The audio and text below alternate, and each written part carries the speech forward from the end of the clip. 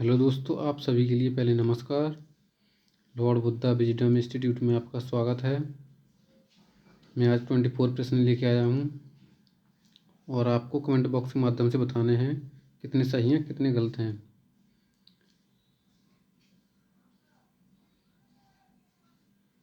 प्रश्न की ओर चलते हैं। पहला प्रश्न है, जिनकी ध्वनि केवल मुख से निकलती है हम उन्हें निरनुनासिक स्वर कहते हैं। डी ऑप्शन सही होगा इसका। और हम बता दें सी अनुनासिक स्वर किसे कहते हैं।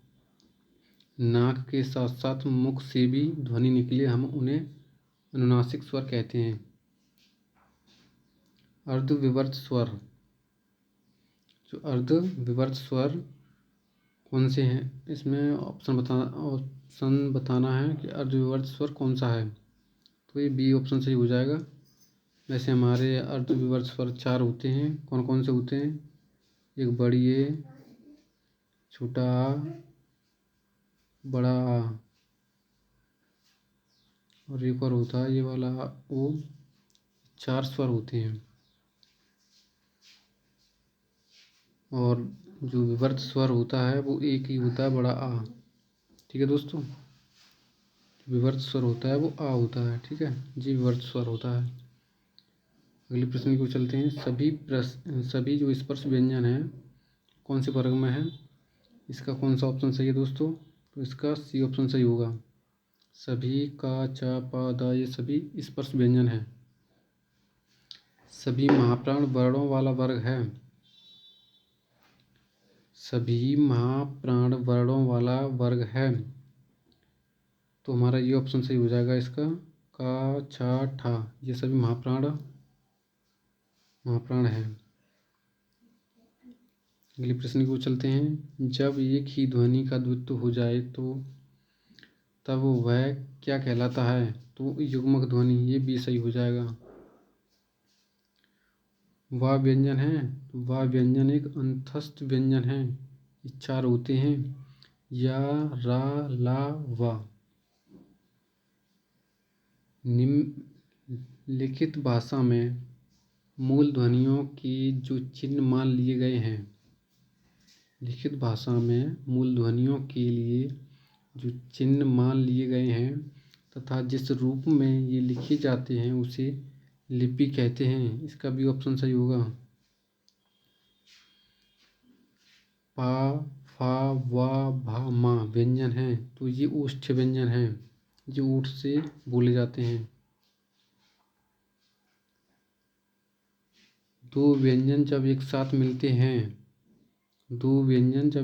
मिलते हैं तो वो संयुक्त व्यंजन कहलाते हैं। वर्ण तालिका के अनुसार ह्रस्व, दीर्घ और प्लुत्स क्या हैं? तो ये स्वर हैं। क्या हैं? स्वर। ये ऑप्शन सही हो जाएगा।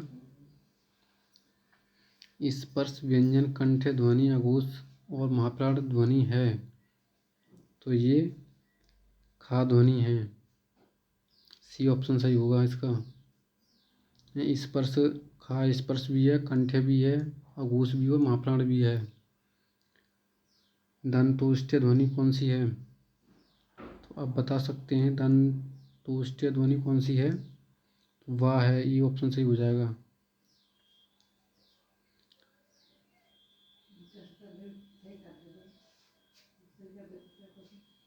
हिंदी वर्णमाला में ऊष्म व्यंजन कौन से हैं? तो ऊष्म व्यंजन, ये ऑप्शन सही हो जाएगा। सा, सा, सा, हा ये सभी ऊष्म व्यंजन हैं।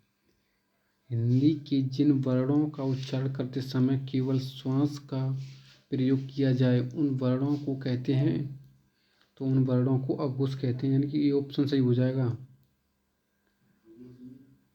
या, रा, ला, वा व्यंजन को कहते हैं अंतस्थ व्यंजन। निम्नलिखित में से पार्श्विक ध्वनि कौन सी है? तो इसमें पार्श्विक ला है और रा इसमें लुंठित ध्वनि है, लुंठित। निम्नलिखित में से कौन सा अंतस्थ व्यंजन है? तो अंतस्थ व्यंजन, ये ऑप्शन सही हो जाएगा। ला अंतस्थ व्यंजन है। निम्नलिखित में से कौन सा स्वर कंठ तालव्य है? तो हमारा ई ऑप्शन सही हो जाएगा कंठतालव्य, ये डी ऑप्शन हो जाएगा। सॉरी। निम्नलिखित में से कौन सा स्वर कंठतालव्य है? तो इसका आंसर हो जाएगा डी। जो बड़ी है तालव्य से बोली जाती है, बड़ा आ कंठ से बोला जाता है, बड़ा वो है जो कंठ और ओष्ठ से बोला जाता है। टा वर्ग उच्चारण की दृष्टि से किस प्रकार की ध्वनि है? तो ये मूर्धन्य ध्वनि है, यानी सी ऑप्शन सही होगा। निम्नलिखित में से कौन सा दीर्घ स्वर है? दीर्घ स्वर हमारा ई ऑप्शन सही हो जाएगा, बड़ा आ दीर्घ स्वर है। अनुस्वार किसका कार्य करता है? तो अनुस्वार पंचम वर्ण का कार्य करता है, यानी कि सी ऑप्शन सही होगा। निम्नलिखित में से कौन सा संयुक्त स्वर नहीं है? निम्नलिखित में से कौन सा संयुक्त स्वर नहीं है? तो सी ऑप्शन सही होगा, बड़ा वो संयुक्त स्वर नहीं है। निम्नलिखित में से कौन सा वर्ण दंत्य नहीं है? अब बता सकते हैं इसमें, डी ऑप्शन सही होगा, दंत्य नहीं है। हिंदी स्वरों का वर्गीकरण जब जीव के भाग के आधार पर किया जाता है तो निम्नलिखित में से कौन सा भेद इसके अंतर्गत नहीं आएगा? तो इसका जवाब होगा अग्रस्वर होता है, मध्य स्वर होता है, पश्च स्वर होता है, यानी कि डी ऑप्शन सही होगा इसका। तो दोस्तों आपको वीडियो अच्छी लगी हो तो इसको सब्सक्राइब कर लें चैनल को, और लाइक करें और शेयर भी करें।